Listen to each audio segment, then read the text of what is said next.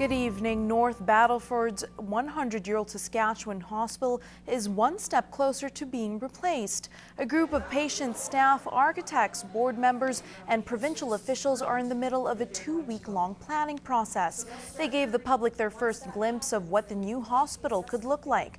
The group is looking for ways to make improvements over the old facility, specifically when it comes to patient care, and ways to make the new hospital more welcoming. The Saskatchewan Hospital is the province's only psychiatric rehabilitation and forensic hospital. The new building will be housed on the same grounds. It can be uncomfortable to talk about, but it's a reality for many. Crohn's and colitis affects 1 in 125 people in the country, and currently there is no cure. But the Crohn's and Colitis Foundation of Canada hopes to change that. A handful of walkers hit the pavement at Bud Miller Park this windy morning to take part in the 8th annual Border City Gutsy Walk. Bart Pedjasic reports. And they're off. Walkers proudly showed their support through signs and t-shirts as they made their way around Bud Miller Park. Although new to the city, this isn't Janelle O'Crane's first time walking for Crohn's and colitis. Over the last 9 years, she's been part of Gutsy Walks in Saskatoon and Calgary. I come out because it's my big cause. I raise money pretty much all throughout the year. It's been important to me, and if I feel like I'm not involved with the foundation, I feel like something's missing in my life, and as I said, it helps me feel like I have a control over the disease. Now 28, O'Crane was diagnosed with the disease when she was just 10 years old. She says treatment has grown leaps and bounds since she was a kid. No one had heard of the disease. Now it's scary to see how many people have it and know about it. The medications are getting better. Remicade didn't exist back when I was diagnosed. It sounds like surgeries are getting better. While all the money raised through the event goes towards research for a cure, organizers say the walk is so much more than that. The reason that we're out here is to just bring awareness towards the disease, build a support mechanism in town so that we've got everybody involved, and just bring awareness towards what we're trying to accomplish. In the meantime, O'Crane says she'll continue to raise money and help get the word out.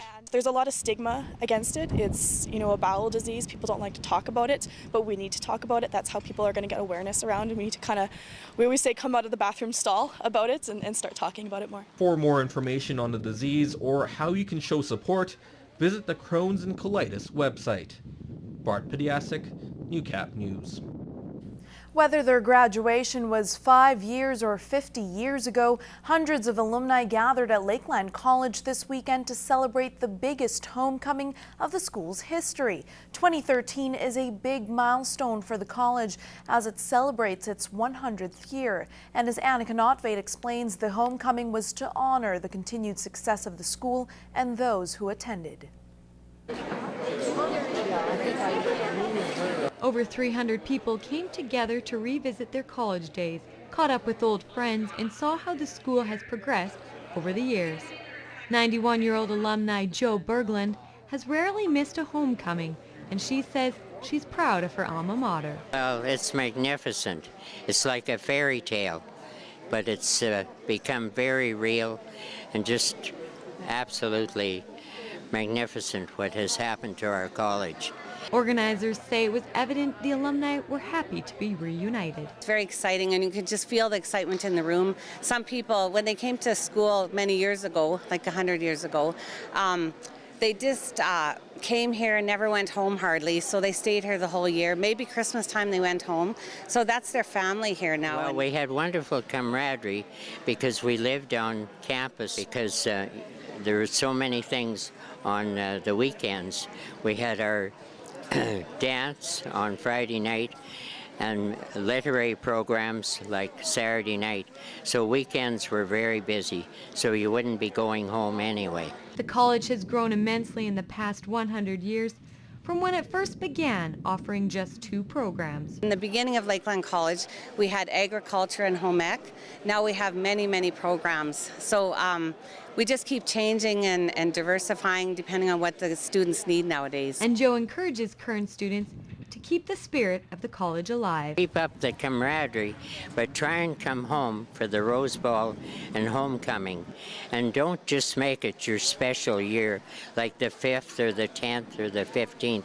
Try and come just about every year if you can possibly do it. Anna Kanate, Newcap News. With this season's graduating ceremonies over, Lakeland College is celebrating another successful year of education in the region.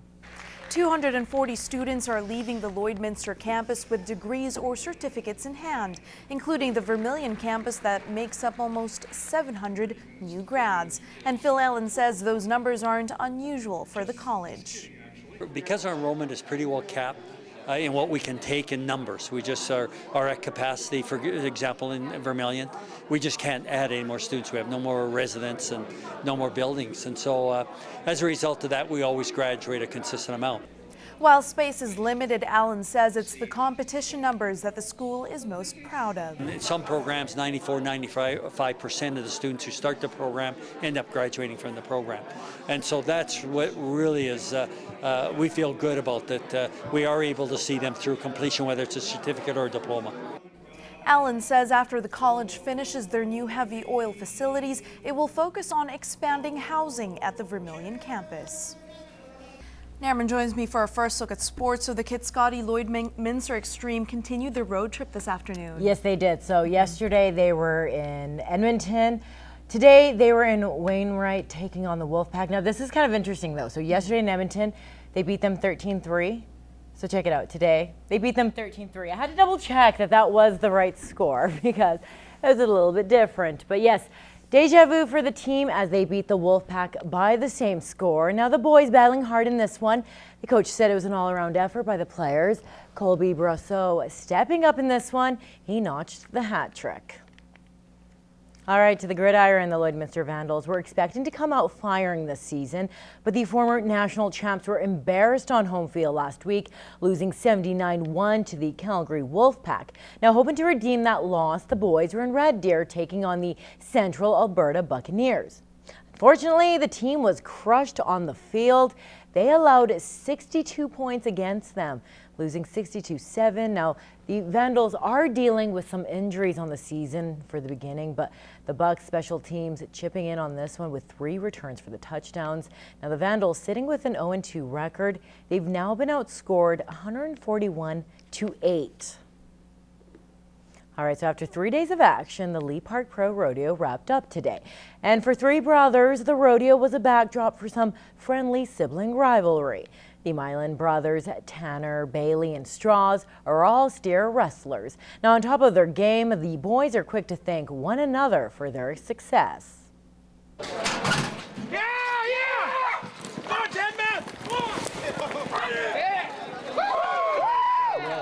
Tanner Mylan handles that steer with quite the ease. He's been doing this for years. In fact, the rodeo is a way of life for him and his family. His 2 brothers and his father are all steer wrestlers. Just the help and support Mom and Dad's give us over the years, you know, that damn sure helps, and just couldn't do it without them, you know, and just very blessed to have my parents behind me like they are. My dad was a steer wrestler. He rodeoed, and I mean, I always followed Dad around, went to the rodeos with him, and my brothers, they both did it. I grew up around it since I was little. My dad done it, and just kind of fell into it and went from there. There is no sibling rivalry when it comes to the brothers. They're all in it together, making sure each one of them builds on previous success. The boys, who grew up in Cochrane, have all been to the Canadian Finals Rodeo several times. Now, one of the biggest accomplishments was at the Calgary Stampede. My brothers have been very successful with it. Youngest brother, Straws, he won the $100,000 at the Calgary Stampede in 2011.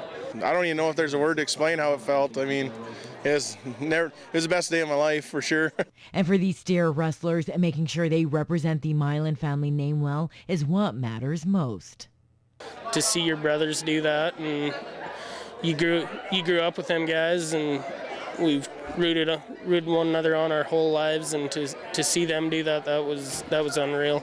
You know, having your brothers there and supporting you and cheering you on, it's sure nice, and gives you a little more boost, and damn sure seem to do better when your brothers are there cheering you on and helping you out.